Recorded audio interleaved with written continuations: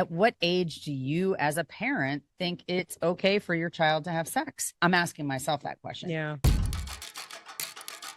Thank you for tuning in to Girls Gone Gritty. We are here on another Thursday in January. It is continuing to be a cold start to 26. So hopefully you're cozy and able to enjoy our episodes at home, snuggled up, working on your vision board, and you're not in a depression like we are with our kids going back to school. It was fast and furious, and now they have returned. My daughter's departure, very last second, it was, Mom, did you get my oil changed?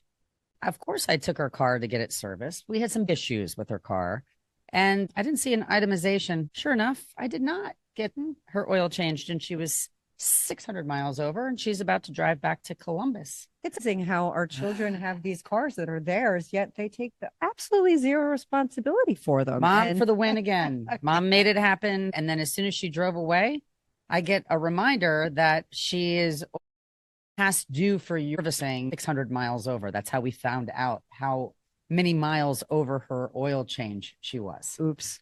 Coincidentally today. That's what happens when you drive back and forth to Ohio. My kids go back and forth to Florida in the truck, and it's very stressful. Each of them have AAA, and we've had many issues. Your kids' cars tuned up before you send them back on the road. If you have a little time between now and when they leave, don't wait till the last second. Or even better, get them to do it. True. Very true. Very true. We're taking responsibility for our top 3 this week because they're all over the map. Start us off. Number 3, add out. Insane tennis schedule, says Sabalenka. Find me. I'm taking back control. Good for her. I just went and saw some event at Madison Square Garden, and it was an exhibition game with Sabalenka. And it was a waste of time. She was half into it and half not, but I don't blame her. And unless she's making a big appearance fee, I know that they have to have a certain number of points before they get fined. But if she feels like she needs to rest her body, and she is not willing to continue to do some of these events prior to the Australian Open because she wants to ensure that she's not going to get injured.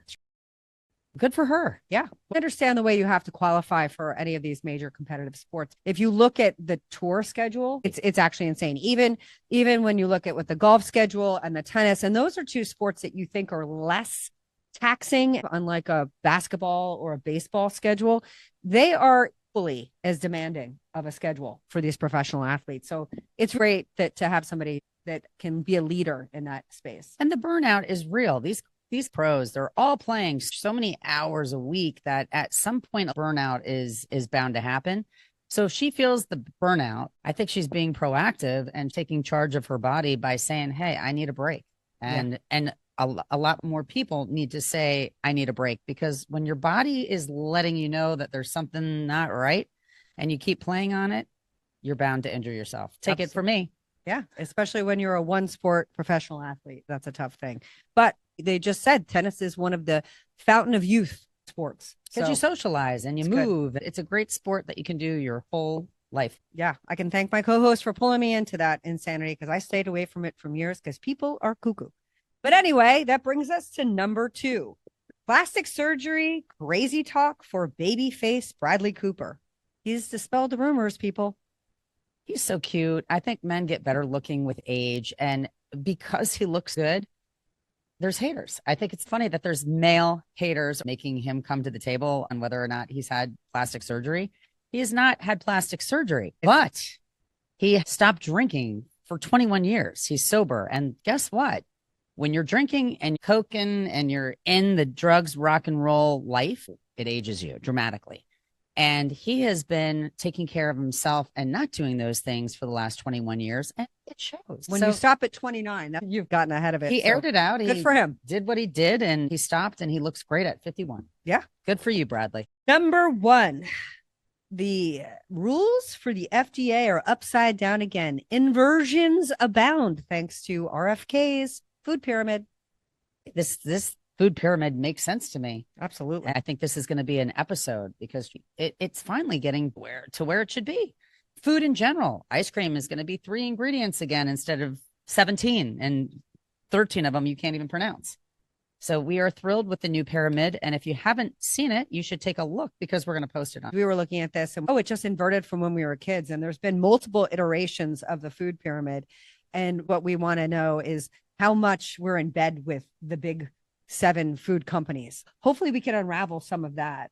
Right. And It's protein, protein, protein. Have your dairy. Drink vitamin D whole milk. Have whole versions of the dairy that you prefer instead of fat-free. 2%, 1% dairy free, soy. I mean, Yeah. there's so many opportunities and options. And I think We're going back to like basics. Yeah. If you can read the label, drink the milk from the cow, eat a chicken, eat the eggs from a chicken, and you know where it came from, Yeah. it's probably better for you. I don't know why it took so long for us to figure this out. And I actually do, because who's in charge? The big businesses. And hopefully we're taking all that back. Yes. Let's talk about taking things back or giving it up a little. The conversation we're having today is about virginity and what age do we think it's okay? And what age do we think it's happening currently? And when did we lose our virginity? It's a conversation worth having with your kids. It has to be discussed. It's going to happen. Celibacy is about 1%. I don't even know. And it's not realistic to say that many teenagers are going to remain celibate throughout their college career and sleep with the person that they are going to marry. And when you look at the numbers, there's pockets of places that are faster than others. If you live in a big city versus spread out in a rural area, the chance that you find somebody that's attractive or that you have energy with is going to be increased. For the most part, the number is 17 years old, which I think is actually, it's pretty reasonable. Obviously, that's a median. It says 16 to 20 in many of the articles that I've read. 17, that's a little bit old. And I'm all for it. But it's not as realistic. I think 16, sweet 16, I think it happens in that realm, and it might have been the realm that I was in, and I was not fast. I dated my boyfriend my freshman, sophomore, junior, senior year, and it was expected because all of our friends were having sex. Why aren't you guys? I was terrified. My parents were scary, and I was afraid of getting pregnant. And I remember watching an ABC after school special about teenage pregnancy and this girl going to high school with a big belly. I was terrified of all of it, yet attracted to my boyfriend and naturally curious about things. Well, of course, because here's the reality. Hormonally, that's the best time for you to have a baby is 16 to 20. That's when you're in your prime for pregnancy. Girls are getting their periods when they're 12 now. For optimal birthing, they say, around 16 to 20, which is in line with your sexual identity. And it's when you're figuring out sex, and it's when a lot of people have their first encounter. And my first encounter wasn't really great. It was a boyfriend, but it wasn't lights out crazy rockets. I think anybody has that for their first experience. And if they do, they're lying because you're inexperienced. And I wasn't watching porn. I wasn't playing with toys. I know. There wasn't porn. There might have been a Playboy when we were kids, but it wasn't helping us figure things out. And I don't think that porn's helping anybody figure it out now, because that's not love and sex. That's just porn. It's in a different category. But trying to have these conversations, I have boys. So the conversation in my house is not centered around mom and the boys. It's centered around be nice, be respectful, be smart. Don't get yourself in a position where you make a terrible decision. Now, that's all very topical. That's not going into the nitty gritty. That's where in my household, dad kicks in. That's absolutely not going to happen at my household with my 3 girls. Dad wears a shirt that says, "Dad's against daughters dating," with a handgun on it. So he's not going to have a conversation about any of it. And to tell you the truth, I almost feel like that might be why my girls haven't had boyfriends. Mackenzie had a boyfriend in college, but it seems like the trend nowadays is that people are talking and snapping and they hook up. I don't even know what hooking up is. That might be the talking part. I get so confused with all the language. But not a lot of people are dating and intimate in a way where you see the relationship evolve. They're going to a movie, they're holding hands, they're going out to dinner. The way that we used to date, it was mandatory for me to do that type of dating with my parents. My parents set boundaries. I was not allowed to leave the house in a car until I was 16. And then it had to be a day date, like a matinee. And maybe we could go out for dinner. I had to work my way up to that, but there had to be dates. It wasn't just like, hey, he's coming over and we're just going to go hang out in my bedroom. That wasn't allowed. I think that the kids are less likely to give up their time. I think that with the way that you can be so busy with so many things, your girls, especially in high school, leading them into college, were very busy and focused on sports. And that was their goal, and that was their time. And I feel this way with my boys. Now, two of my boys have very serious girlfriends. My number 3 guy is dating. He alludes to seeing people. We don't have much information on it, but I do think that they're more in tune with how much time this person takes from my time. I do think that this generation is more cognizant of, you have to earn my time. My girls say, oh, I'm going to go on a ride. I'm going to go on a drive. And they get picked up and mysteriously whisked away. And sometimes it's to go get ice cream, and sometimes it's to go watch the sunset. And they might not be dating this person, but that's the way people hook up if they're not hooking up at a party. And are they going by themselves when they go on these rides? It's just a group? No, it's just the two. It's like a girl and a boy, and they're going to go for a drive. And the drive could be Sandy Hook, or it could be to Lighthouse. It sounds like the 50s when people would go to Lookout Point and make out. That. You know what? There's nothing wrong with that. No, definitely not. That's what I want to see. In a parked car someplace. Yes. Where'd you lose your virginity? Not in a parked car. Neither did I, but. Thank you very much. Not that I didn't hook up in parked cars here and there, but everybody should hook up in a parked car. Smooches in the parked car when you were little, when you were young in high school, were the best. For sure. They were the best because you felt like cozy and safe. And you could even have music going. Yes. The car was on. Yeah. And the old school cars, one of the cars that I hooked up with one of my boyfriends was one of those full bench seats. It was his grandfather's car, and it had a full long front seat that was like super wide. The cars of yesteryear were not these bucket seats that we sit in with the center console in the middle and you can't get to the person. They were made to snuggle. So funny. At what age do you as a parent think it's okay for your child to have sex? I'm asking myself that question. Yeah. For me, I think my girls, if they were in a relationship, if they were dating somebody and I saw them going through the motions of dating and respecting each other, going out to the movies, to dinner, to hanging out on the weekends, to the boy coming over and being a part of our family and sitting down at the dinner table, I would expect that would be in line with sex eventually happening. And I would be okay with it because it's unrealistic to say that it's not going to happen.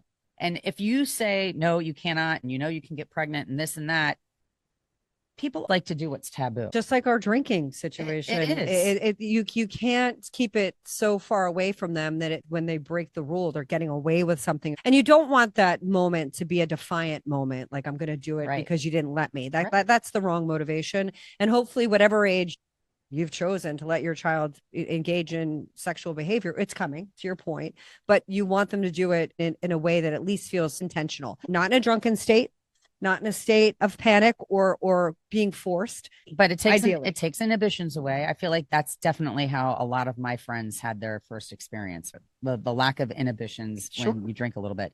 And I agree with you. You do not want to be drunk on your ideally. We're talking ideally. Yes. We're talking ideally. However, reality. You have to have some alcohol to have sex these days. And I'm married for almost 30 years this year. Sometimes it just has to be. Makes it a little more fun. It does make it a lot. The hard thing with girls is I want to have a conversation with them where they're comfortable coming to me. And, if one of them did say, I really like them and I think we're going in this direction, I would absolutely want to be able to say, okay, let's talk about birth control because you definitely can get pregnant. And let's talk about STDs because those are real too. Yeah. If you haven't had that conversation with your kids and they're, teenagers or they're in college, it's never too late. And I feel very comfortable talking to my girls about this. And they were all on the pill because of being athletes to control that time of the month in sports, which works beautifully. That doesn't mean that you're risk-free from everything else. Definitely you not. Really have to have the STD conversation because they're rampantly running all over the place. And you want your child to know that can be a repercussion. That's the fallout. If you're not prepared or if you haven't really thought about it and you're just winging it. Sex should be a part of who you are. It's part of your identity, right? You have a sexual identity and a sexual relationship first with yourself without being weird, but knowing who you are sexually and what you like and what you don't like. And you have to experiment to figure it as out. very little as somebody who doesn't like to be physically touched. Some people don't don't PDA. want to be hugged. They don't want to kiss in public. And that's part of figuring out what you want as a sexual partner. Agreed. And if we can make sure as a society and as parents to not make sex something that's outside of who they are, I think is a really healthy way to address it, because it's normal. And I don't know that I necessarily felt that way. I know the conversations around sex have become much more open since we were kids. Before it was like almost dirty. You were like naughty or you weren't allowed, and it had that stigma. So the last thing I was going to do was talk to my parents about my relationship and what was happening. And I was watching what all my friends were doing. And I think I shared in one of our episodes that my mom definitely eavesdropped and intercepted notes and things like that. And she heard me say that a couple of my friends had just had sex, and she scared the crap out of me because she looked at me and said, "Oh, Kathy walks differently. She must have lost her virginity." And I remember thinking, holy smokes. And I had not lost my virginity yet. And I thought, oh, mom, my mom's going to be able to tell. I'm going to walk differently. And I kept on having this conversation with my friends and my boyfriend, and all this built up. And I think I had sex for the first time my junior year on prom, homecoming, Valentine's Day. Those were the days that I felt crazy enough to do it. I looked up because I wanted to know if a doctor can check to see if you've lost your virginity. In the royal days, they did. They did. They could say actually, it's not true. The hymen. The hymen. The hymen is the not the Heimlich. Nope, no. That's the Heimlich. Not that either. The hymen is intact, and that's actually unfair from everything I read, because it's a membrane. It completely depends on who you are, to the rigidity and the density of it. Some people might just have thin ones. Some people, because of use of tampons or athletic, may have lost their hymen without having been sexually active. Okay. But the interesting thing, and this is crazy to me, when I was Googling this, there is a bill in the state of New York that will amend the public health law to prohibit virginity examinations. Who's doing virginity examinations anymore? That's what I was trying to figure out. Religion somewhere? I guess so. But they're bizarre. There are these doctors. Chastity? Are they wearing chastity? They're doctors that actually will test kids, because they're most of the time it's a parent bringing their kid in to see if they're sexually active. Weird. And they're saying that this is an accurate test. Your child could be telling you the truth that they haven't had sex, and it comes up that you're sexually active. Whoa. And it's also a huge mental strain on the poor child. So isn't that crazy in 2026 that this bill is still not passed? Very strange. It's a conversation worth having, talking to a girl about having her cherry popped. I was scared of that. I didn't know what that meant. I was asking, but no one, they don't remember seeing any blood, or we didn't know what that meant. So I was thinking it was going to be a painful situation or messy or embarrassing. And the whole conversation is painful. I don't even like the way that comes out. But that's why you have to have it. And you want the kids to have an awkward first experience on some level, because if they were professionals the first time out, half of the battle is figuring it out together, and the awkwardness makes you closer, and it's intimate to the point where you shared something with someone. And I feel like the younger generation, if they are having sex in high school, then you get that little jealousy thing because you're each other's first and no one else is going to be your first. So you have this feeling of I was yours and you were mine, and that bonds us for life. And it kind of does. You always remember your first if it was done in the right way. But I know that there's a lot of kids now that are stressed out as they're leaving for college and they're virgins. And they haven't had an experience and they haven't had a relationship. And for whatever reason, they feel terrified about going to college as a virgin. I mean, as a virgin. As a virgin. As a virgin. A little drink with that. As virgins. Well, yeah. Well, you don't want to feel like you're the person who's showing up without being educated on something at that age, no matter what it is. That's such a big thing that again goes back to your identity. If you haven't had sex and everybody else is, you feel like you and inferior. you don't You feel inferior. you don't even or have weird. you can't even participate in the conversation because you haven't had sex. You don't know Right. what it's like. Right. You really like you don't you don't know. It's almost like letting your kids start to drink a little bit in high school before you send them out the door to college. You want to see how they're going to act. You want them to have some of their first experiences, under your roof. I'm not saying your first sexual experiences should be under your roof, but maybe they should. You just don't want to send a kid out the door feeling inadequate because they've never touched booze, they've never had a sexual experience, and now they are experiencing freedom like they've never had it before for the most part. And they're off at school and they're trying to impress people, they're trying to fit in, they want to be a part of the conversation. Sure. I feel like the old school way of no, you should not have sex and don't ask, don't tell. I think my opinion, when you talk to your parents later as adults, they were like, oh, we knew, but we didn't acknowledge it. That's a huge difference in my household. And it's not just as far as virginity and sexuality. It's across the board where we address things much more.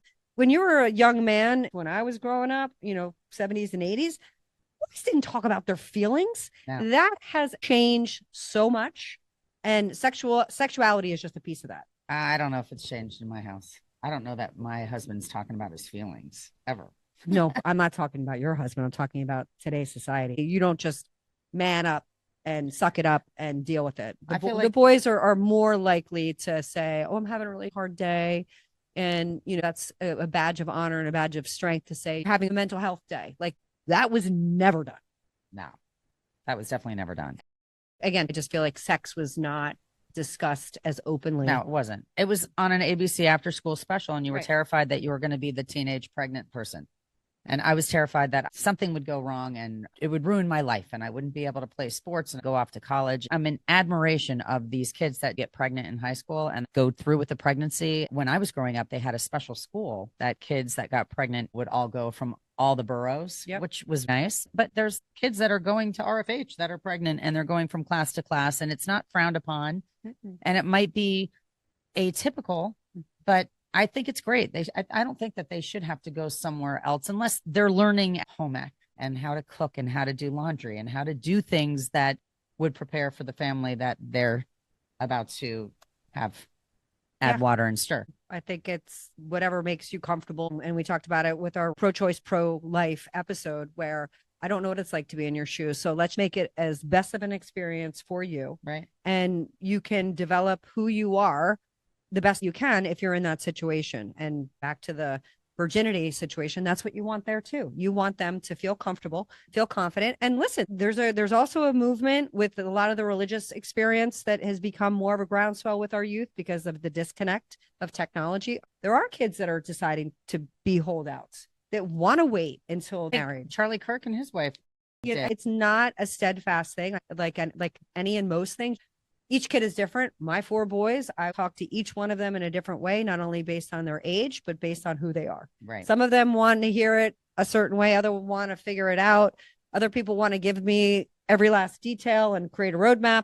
Some of them want to not hear from me at all. I feel like my girls are private, but I've had conversations with them, whether they wanted to have a conversation with me or not. I said what I wanted them to hear, which is what I think we all need to do as parents. Whatever your position is, if you are anti-sex, then tell them you're anti-sex and you do not think that they're old enough to have sex because they would not be able to deal with the repercussions if somebody got pregnant. That's the old way. But Right. It's a personal decision in each household. I personally think it's highly likely that a child is going to have an experience in high school of some sort sexually. And you would hope that they would prior to going to college so they can be a part of the conversation and not feel like they have something to prove and not feel like they're wearing the scarlet letter on their forehead. Yeah. Yeah. And it's different for boys. Boys get notches on their belt. I don't know if well, listen, I can't talk about every boy anymore. I don't feel that way. I don't get the sense of that when the boys are around girls where it's like a conquest as much anymore. I don't see that, but I'm not out with them on a Saturday night at 2:00 in the morning. Booty call.